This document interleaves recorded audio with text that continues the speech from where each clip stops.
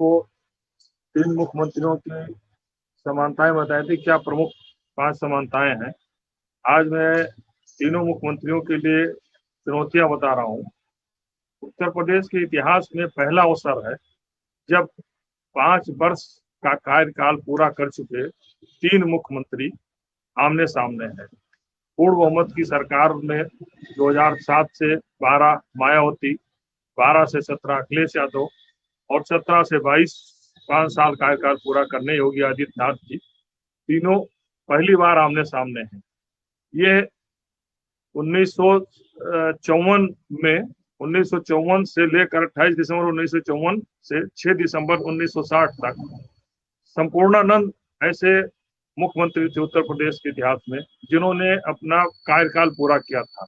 इसके बाद किसी भी मुख्यमंत्री ने पूर्ण बहुमत की सरकार का कार्यकाल पूरा नहीं किया, और वो भी जब 3 विभिन्न विचारधाराओं के, मायावती भाजपा से, अखिलेश यादव समाजवादी पार्टी से और योगी आदित्यनाथ भारतीय जनता पार्टी से मुख्यमंत्री रहे हैं। और तीनों मुख्यमंत्रियों के सामने बड़ी चुनौती है और ये पहला अवसर है कि तीनों मुख्यमंत्री आमने सामने हैं। अब देखना ये होगा कि तीनों मुख्यमंत्रियों के कार्यकाल का जो विश्लेषण किया जा रहा है वो कंटिन्यूएशन में दिखाई दे रहा है। इसके पहले रहता था कि एक सरकार आई, कार्यकाल पूरा नहीं किया, फिर दूसरे मुख्यमंत्री आए, फिर तीसरे मुख्यमंत्री आए एक ही पार्टी के, तो कार्यकाल पूरा नहीं हो पाता था। तो मुख्यमंत्रियों की पर्सनालिटी का, मुख्यमंत्रियों कार्यकाल की समीक्षा जनता नहीं कर पाती थी। ये पहला अवसर है और चूंकि तीनों कंटिन्यू में है 7 से लेकर 2022 तक, केवल 15 वर्षों में तो बहुत सारी चीजें आमने सामने दिखाई दे रही हैं। अब स्थिति यह है कि तीनों को लेकर के जनता का एक परसेप्शन क्या बनेगा, क्या स्थिति बनती है, ये तो आने वाला समय बताएगा। लेकिन तीनों के सामने एक महत्वपूर्ण चुनौती है कि कौन अपनी बात किस तरीके से जनता के बीच में कह सकता है। सबसे महत्वपूर्ण बात यह है कि मायावती तो कोई घोषणा पत्र जारी नहीं करती, अखिलेश यादव जी घोषणा पत्र जारी करते हैं और भारतीय जनता पार्टी घोषणा पत्र जारी करती है।